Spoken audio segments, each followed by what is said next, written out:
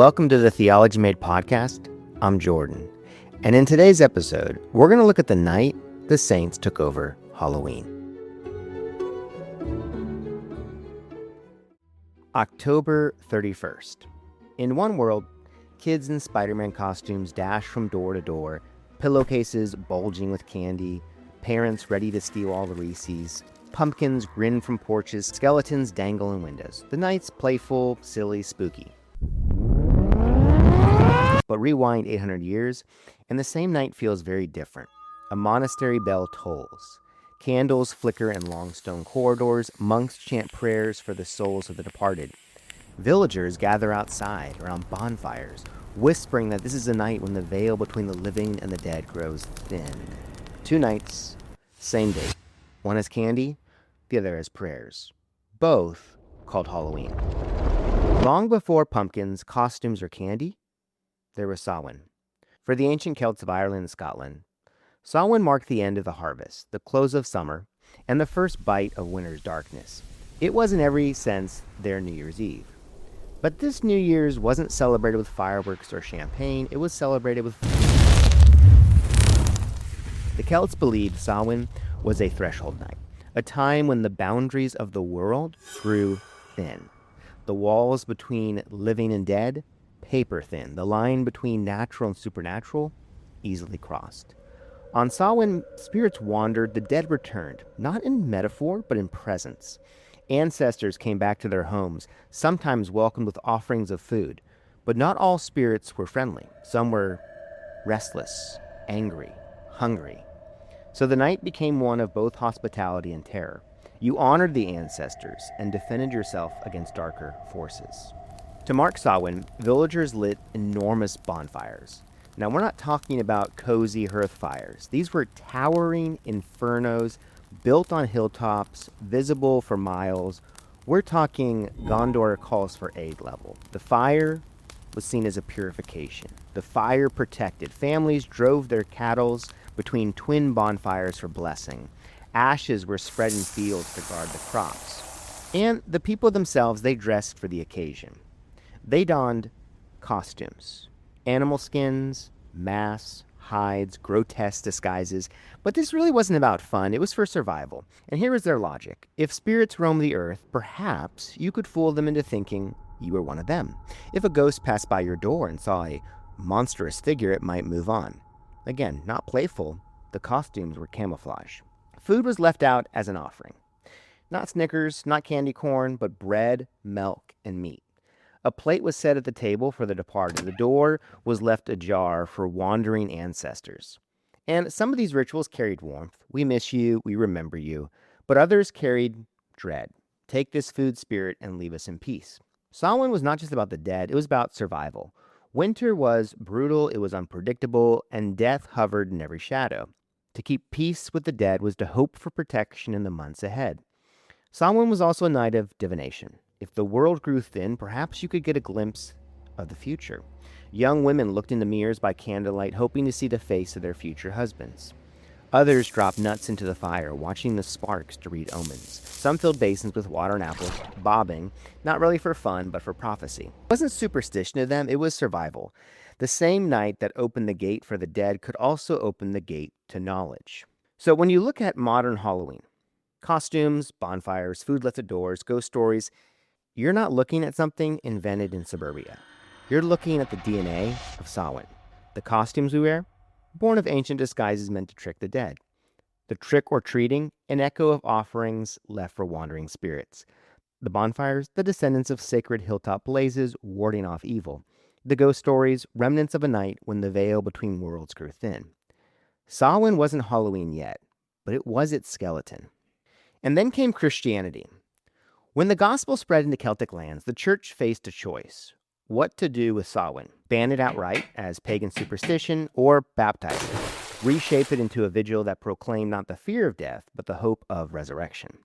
And that decision would change the history of October 31st forever. The story actually begins not in Ireland, but in Rome. In the 7th century, Pope Boniface IV consecrated the Pantheon, once a temple to all the gods, and rededicated it as a church to all the martyrs. That day, May 13th, became a feast of remembrance.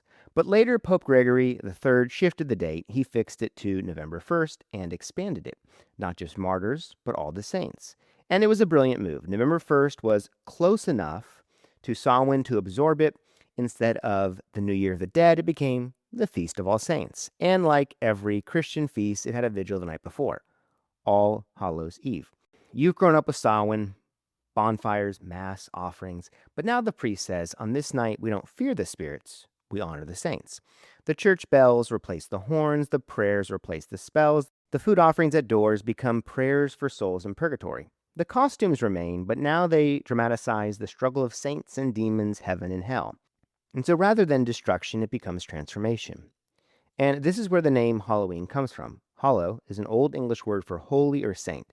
All Hallows Day was November 1st, the Day of the Saints. All Hallows Eve was the night before. Over time, it just kind of slurred into Halloween. And so what had once been Samhain was given new clothes. And the shift was profound. Samhain taught the dead are dangerous, appease them, or be cursed. All Hallows taught the dead in Christ are victorious, the saints are not to be feared but celebrated. Death is not the master, Christ is. And instead of hiding from the dead, Christians gathered in churches filled with light. Instead of disguising themselves to trick spirits, they invoked the names of saints as protection. Same night, same fire, same costumes, but a radically different meaning. But as you can imagine, the line was never clean. Medieval people didn't suddenly, abandon their fears. The veil still felt thin.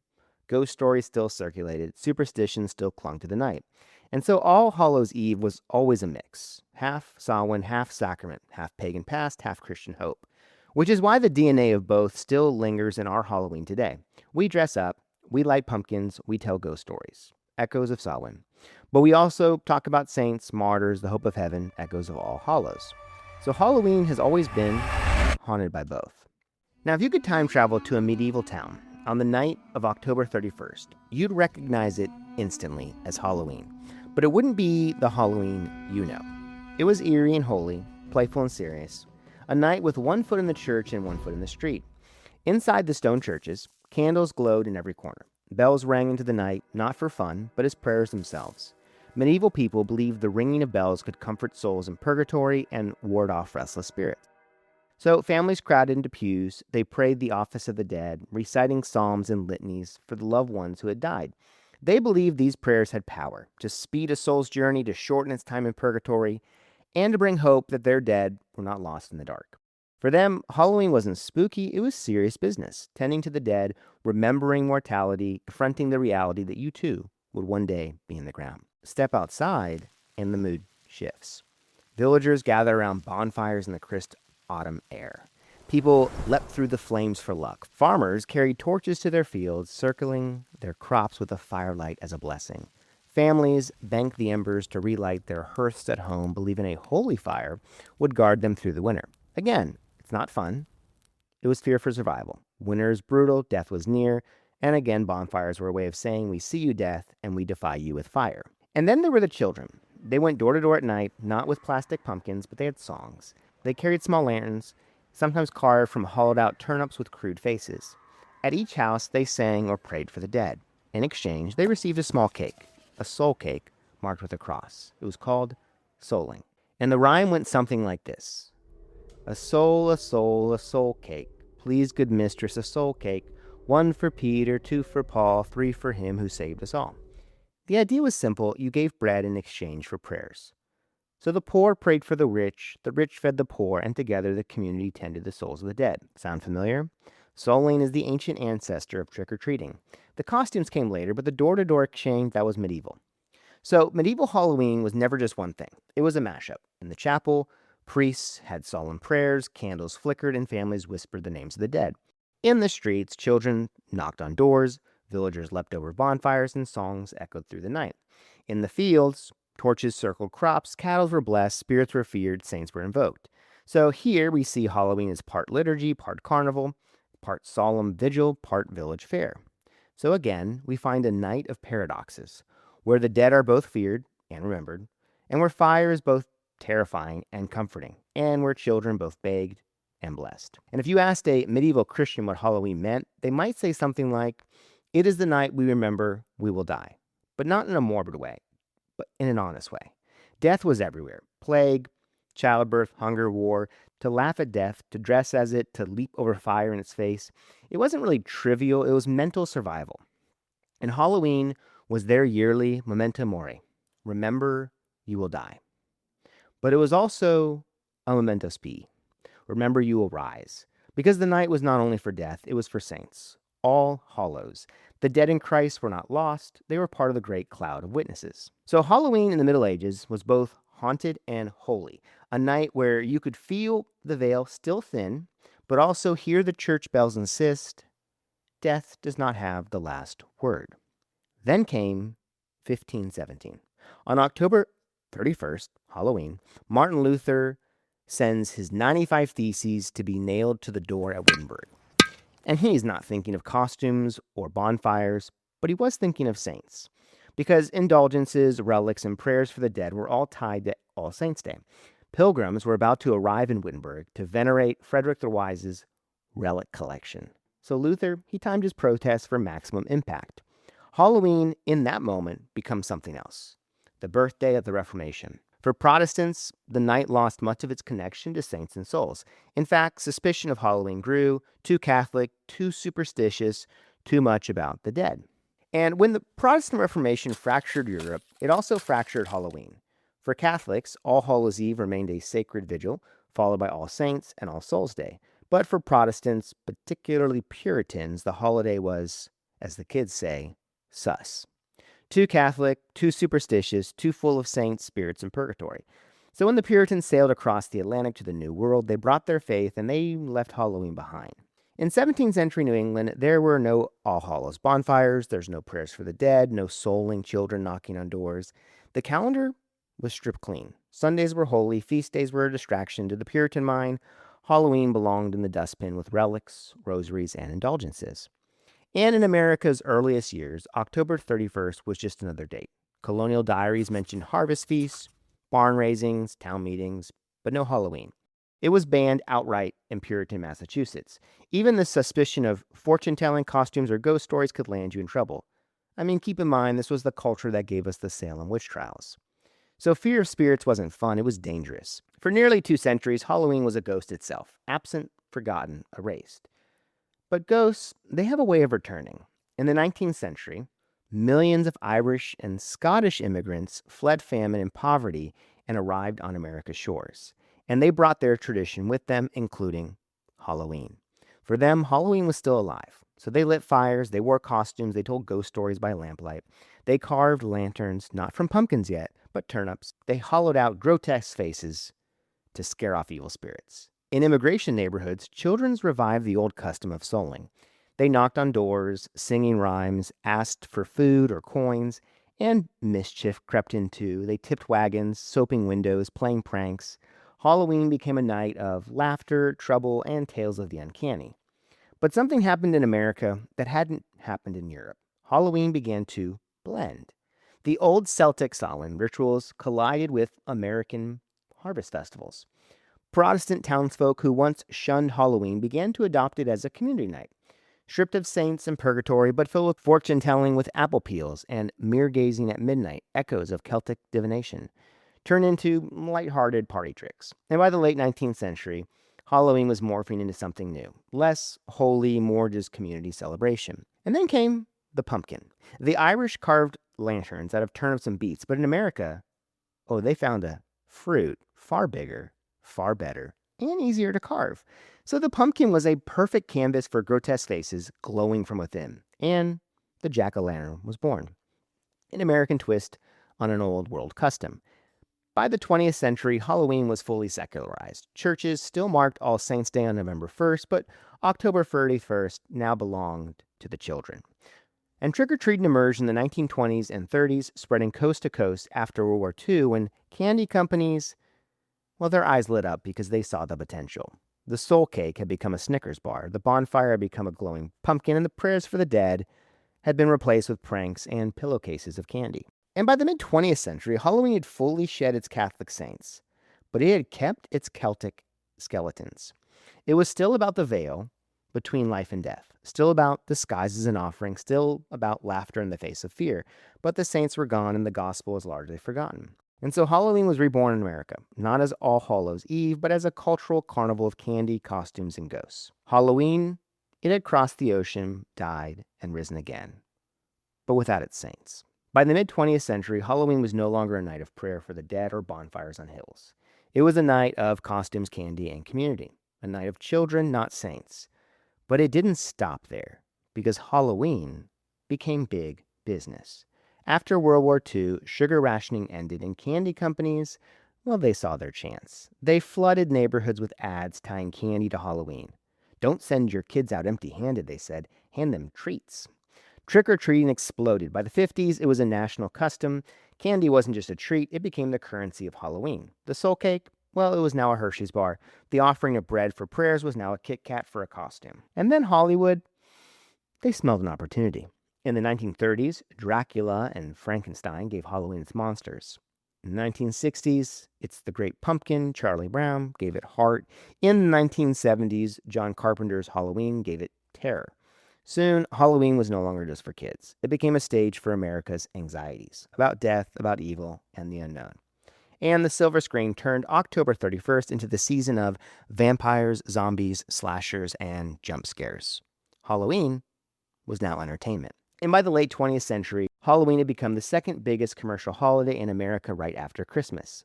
Haunted houses sprang up in abandoned malls and cornfields. Theme parks cashed in with Fright Nights. Costume companies churned out endless aisles of plastic masks, polyester capes, and rubber spiders. Even the economy shifted. Billions of dollars poured into candy, costumes, pumpkins, parties, and horror films. For 6 weeks, every fall, America became a haunted carnival. And then on November 1st, when you went to Walmart, the skeletons were replaced by Santa Claus. But something else happened along the way. Halloween stopped being just for kids. Adults started joining in. At first with small costume parties, then with massive parades, nightclub bashes, and elaborate cosplay. Halloween became your cultural permission slip. One night a year, you can go dress up as a dragon or an inappropriate nurse. And so Halloween just turned into America's masquerade ball, blending fear with fantasy and death with desire. But somewhere in the candy, costumes, and cinema, Halloween's original soul was lost. The saint of All Hallows faded from memory, the prayers for the dead were forgotten, and what remained were skeletons and pumpkins, the Celtic bones without the Christian flesh. Halloween was still about death, but there was no resurrection. Still about fear, but no hope. Still about the thin veil, but there were no saints on the other side. And so today, when we carve pumpkins and hang cobwebs, we're carrying different echoes: Celtic fire festivals, medieval soul cakes, and Catholic vigils. But, stripped of their theology, they've just become entertainment. Halloween is the haunted holiday, a night when death walks the streets, but mostly in plastic masks and polyester capes. A night when fear is fun, death is decorative, and the only prayer is, I hope I get the large candy bars in my bag. And Halloween by the 21st century had become thoroughly secular. Yet, I think beneath the candy and costumes, its old DNA still whispers. This is a night about death, about spirits, and about what lies beyond. And that's why Christians have always wrestled with it. If you strip Halloween back to its bones, it's always been about the same thing: death. For the Celtics at Samhain, it was about fearing death, appeasing it, and disguising yourself from it. For the medieval church, it was about confronting death with prayer, fire, and saints. For Protestants, it was about rejecting superstition, but still living with the shadow of death. And for modern culture, as we often do, it's about laughing at death, turning into costumes, candy, and cinema. But in every version, the question is the same: what do we do with death? The Celts feared it. They lit bonfires to keep spirits away. They carved lanterns to ward off evil. They disguised themselves to hide from death's approach. And in truth, we do the same thing.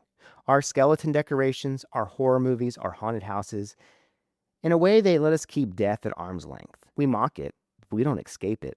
We dress it in plastic and sugar so we don't have to face it head on.